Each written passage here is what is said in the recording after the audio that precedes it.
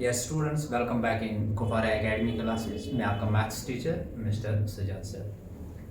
Previous lecture में मैंने आपको पैराबोला के बारे में बताया था, उनके जो कंसेप्ट्स थे उनको मैंने क्लियर किया था। उसके बाद मैंने बताया था कि पैराबोला के अंदर जब आपको क्वेश्चंस मिलते हैं तो उनसे आप किस तरीके से डील करें या उन प्रॉब्लम्स को आप किस तरीके से सॉल्व कर सकते हैं। सपोज मैं फिर से यहाँ पे कोई कर्व ले रहा हूँ, कर्व की इक्वेशन ले रहा हूँ Y square is equal to X, और इक्वेशन ऑफ लाइन में यहाँ से ले रहा हूँ x is equal to 1 and x is equal to 4। This is the equation of line. तो यहाँ से मैंने प्रीवियस लेक्चर में आपको बताया था Y square is equal to 4ax आप लिखें, या Y square is equal to 2x लिख सकते हैं, या Y square is equal to x भी लिख सकते हैं।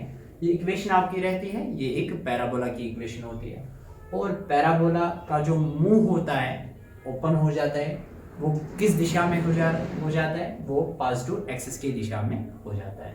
तो अगर इस कर्व को आप देख रहे हैं, जब आप यहाँ से प्लान को ड्रा करते हैं, इसी प्लान को जब आप यहाँ पे ड्रा करते हैं इस प्लान को, तो आप सबसे पहले यहाँ पे इस कर्व को बना लेते हैं, इस पैराबोला को बना लेते हैं। ये आपका रहा पैराबोला,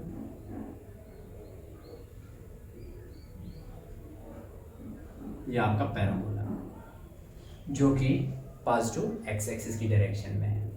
इसके बाद आपसे कहा गया है कि जो इक्वेशन ऑफ लाइन रहती है x is equal to 1 and x is equal to 4, यानी कि आपको यहाँ से एक लाइन ड्रा करनी है। सपोज ये ओरिजिन है 0,0 और यहाँ पे x एक्सिस का 1 होगा, यहाँ पे कहीं x एक्सिस का 4 होगा। तो यहाँ से एक लाइन ड्रा करते हैं, this line is x is equal to 1, और जो आपकी ये दूसरी लाइन रहेगी this is x is equal to 4। तो जो ये आपका पॉइंट रहेगा ये रहेगा 4,0, क्योंकि x एक्सिस का आपका 4 रहता है तो y एक्सिस यहाँ पे 0 है, मतलब y एक्सिस पे जाना ही नहीं है। तो x एक्सिस का 1 रहता है और y एक्सिस का आपका 0 रहेगा। जो यहाँ पे आपके कोऑर्डिनेट्स रहेंगे दैट विल बी 1,0 एंड 4,0। और ये कर्व जो है, इस कर्व की जो इक्वेशन आपने देखी that is y square is equal to x। अब ये कर्व क्या कहती है आप देखें पहले। ये कर्व कहती है कि जो एरिया मेरे नीचे है, मेरे नीचे जितना भी एरिया है, यानी कि आप नीचे जाएं, जितना भी इस कर्व के नीचे जितना भी एरिया है वो इस कर्व ने घेर लिया है। लेकिन यहाँ से जब आप लिमिट्स ले रहे हैं 1,4 एक्स एक्सिस में लिमिट्स ले रहे हैं, तो ये लाइन कहती है नहीं, वो एरिया जो मैंने कवर किया है, जो मेरे ऊपर है वो एरिया मैंने कवर किया है। लेकिन हमें क्या देखना है, हमें इस कर्व और इन लाइंस के बीच में जो एरिया आ रहा है हमें तो वही देखना है। ये कर्व जितना भी एरिया नीचे घेर लेती है वो कहती है कि मैंने सारा घेर लिया, लेकिन ये लाइन कहती है कि नहीं, आपने सारा एरिया घेर लिया लेकिन मैंने वो एरिया घेर लिया जो मेरे ऊपर है। तो इनका जो कॉमन एरिया आ रहा है यहाँ पे वो तो ये वाला आ रहा है। और क्वेश्चन में अगर मैं क्वेश्चन के हिसाब से चलूँ, सपोज मैं कहता हूँ जो मुझे एरिया निकालना होगा वो सिर्फ मुझे फर्स्ट क्वाड्रेंट का निकालना होगा, सिर्फ फर्स्ट क्वाड्रेंट का। क्योंकि अगर यहाँ से मैं जाऊँ, मैं यहाँ से भी इसका एरिया फाइंड आउट कर सकता हूँ, ये पोर्शन भी फाइंड आउट कर सकता हूँ, और ये वाला पोर्शन भी मैं यहाँ से फाइंड आउट कर सकता हूँ, ये वाला पोर्शन भी फाइंड आउट कर सकता हूँ।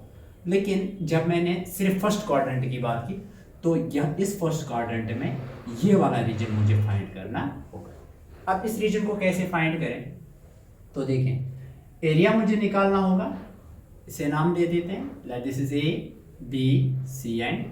अगर मैं एरिया निकालूं ए बी सी डी का, मैं एरिया निकाल रहा हूं, तो यहां से मैं इंटीग्रेशन का इस्तेमाल कर सकता हूं। क्योंकि डायरेक्ट मैंने कहा ऑन प्रीवियस लेक्चर्स में भी कहा कि कुछ ऐसे भी हमारे पास फिगर्स होते हैं जिनका एरिया हम डायरेक्टली फाइंड आउट नहीं कर सकते बाय यूजिंग द फार्मूला। तो यहाँ पे हमें इंटीग्रेशन का यूज करना होगा, यहाँ पे हमें लिमिट्स का यूज करना होगा। तो देखें, अगर मैं लिमिट्स ले रहा हूँ एक्स एक्सिस में, अगर लिमिट्स में ले रहा हूं एक्स एक्सिस में 1,4, अगर लिमिट्स एक्स एक्सिस में ले रहा हूं तो मेरा फार्मूला y dx लगेगा।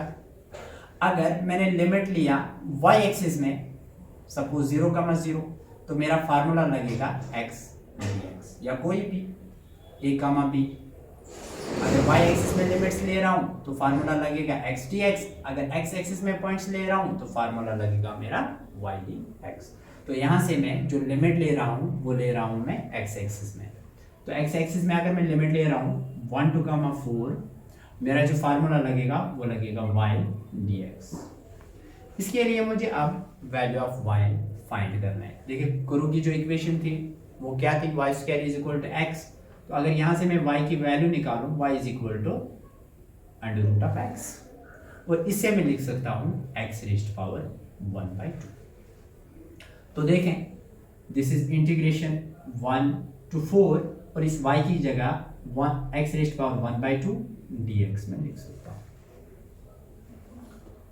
अब यहाँ से आप देखें अगर इसकी मैं इंटीग्रेशन करूं तो इसकी इंटीग्रेशन क्या होगी, x रेस्ट पावर n की जो इंटीग्रेशन होती है that is n x rest power n plus 1 divided by n plus 1। इसकी इंटीग्रेशन होती है x रेस्ट पावर n की integration x rest power n plus 1 divided by n plus 1। आप देखिए यहाँ अगर इसकी मैं इंटीग्रेशन करूं तो इंटीग्रेशन रहेगी x रेस्ट पावर n की जगह 1/2 n plus 1 upon n plus 1, और जो आपका लिमिट रहेगा वो लिमिट रहेगा 1 to 4।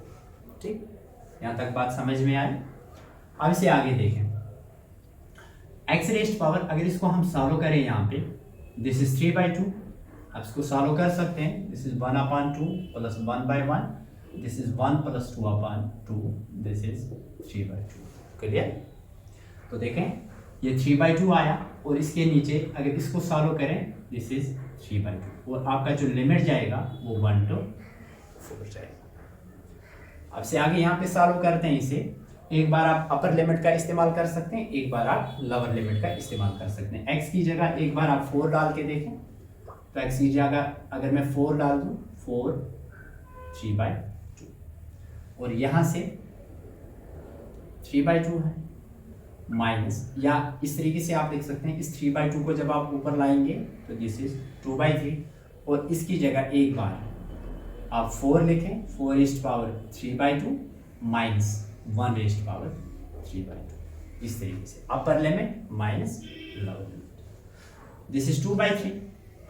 तो इस 4 को मैं लिख सकता हूँ 4 रेस्ट पावर 1/2 इंटू में 3। आप देखें 1/2 इंटू में 3, this is 3/2 minus 1 rest power anything is 1, this is 2/3।